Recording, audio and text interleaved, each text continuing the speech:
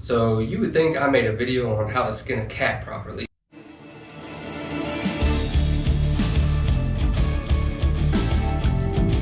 Hello everybody and welcome to Making Life Work, a lifestyle improvement channel geared towards independent and self-reliant people. So if that is you, go ahead and subscribe.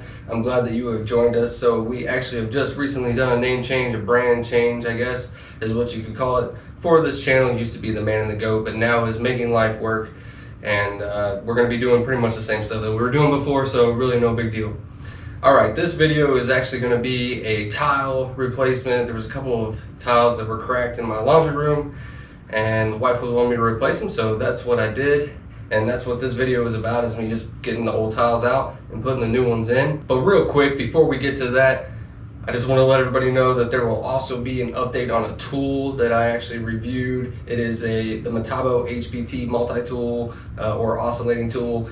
I reviewed that a while back. It's been several months now, and I actually have been using it, and I want to let you all know, kind of how it's been working out, what I think of it, if I still like it. I like to watch a lot of YouTube videos, some tool review channels. A lot of times they kind of give you their opinion right out the gate. And for me, I'm actually using these tools, so after I've used them a while, you could expect from this channel, I'll do a tool review, and then I'll let you know later on how it went. So let's roll the tile footage. Hope you enjoy it. See you in a little bit. We're in the old laundry room for this project, replacing a couple of cracked tiles. So the first thing to do here is, I'll get you in here so you can look at the crack. Pretty minor cracks, and we're gonna get the oscillating tool and cut these out. I don't know if you can see those, but there are your cracks, and it goes underneath this molding here. So I'm gonna have to get this box out and get these moldings off. Well, I'll go ahead and show you the mess that I've created. It never really goes quite how you'd plan it, but I got that shoehorn off, and dagnabbit, of course, you can't get it off there without snapping it. Well, you can, but I didn't. The crack ran along this all the way here. Finally broke through her so that I could start removing pieces of this tile, because it's really difficult when you don't have a starting area, And when you know it, we were only going to replace this tile and this tile. This is just a hairline crack, and to be honest, probably could have stayed and just had some touch up to it, or even just left it as is, because you can barely even see the crack. But we're trying to do the right thing here, replace the tile completely, but we chipped it. So now, a guy's in a situation here where, will that chip even be covered by grout? I doubt it. So now you're stuck with, I guess, I might as well just pull this tile out. You basically just want to cut the grout lines. I use this blade, a diamond type blade on the oscillating tool, and you just cut your grout lines with it. But be careful, because as you can see, sometimes you'll chip it. So you cut the grout lines with that. Also with a utility knife in some areas, like up here near the wall, you can't get to that with your oscillating tool, so use a utility knife. But sometimes you can score, depending on how old the grout is, you can score it with your utility knife.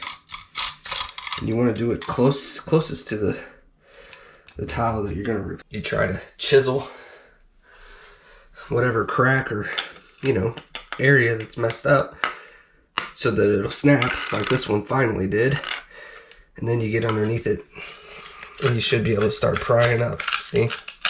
So they also have a scraper blade for these oscillating tools, and that's what I'm going to use now. Well, after a bunch of chiseling and hammering, scraping, I finally got her down to where I need her. Got the tile all chipped out, and I got most of the thin set that's underneath there scraped out as well. It's pretty clean. You really need a flat surface, so that your tile will lay back down flat, pretty flat, as I said. If you don't have a multi-tool, I would recommend having one, and then you can use one of these scraping blades and really get in there and scrape her down flat, make her look good. To get the tile out, you really just need a hammer and a chisel.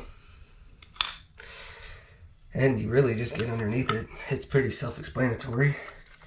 Get underneath one and hit the end, keep it at an angle, and you'll get underneath it and start chipping them out. Okay, so you saw me using this Metabo HPT brushless oscillating tool in the video to scrape out the leftover tile setting, the leftover tile compound. Here's the big thing with this. So what I've realized is it's actually kind of heavy and it's actually fairly bulky. It's really not that comfortable in the hand, and after a while it just gets old. It vibrates like crazy, and yes, it gets warm. Somebody else left a comment asking if mine got warm, and the answer is yes, it does. Also, I don't know what is going on in here with mine, but it throws off sparks. And maybe one day I'll show y'all. Leave in the comments if you want to see it. But it actually kind of hits your hand. The sparks, you feel them hitting your hand, and it's uncomfortable. So I don't know if mine's defective, but I liked it at first, initial uses, but after actually using it in real work, I'm sorry, but this is a no-go for me. I'll probably get something different. But I want to let you guys know, just a quick update, my experience with that Metabo HPT Oscillating Multi-Tool. Prior to officially putting your tile in there, I highly encourage you to test fit it first, which I have done here. As far as the tile adhesive goes, I'm using Metable, yeah, Metable, I think is how it's pronounced, type 1 tile adhesive. There are other ways to get your tile to stick, so use whatever you would like, but that is what I'm using here. V-notch trowel.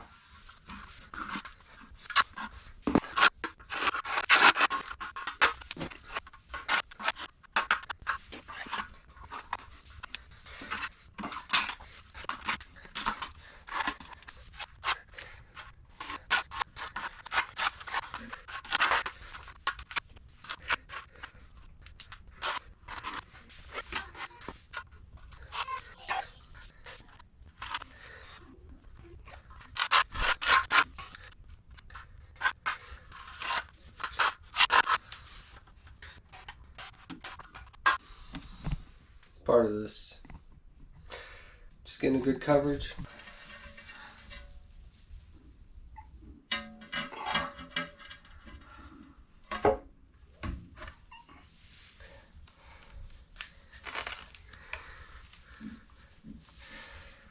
Try to make sure your grout lines are decent.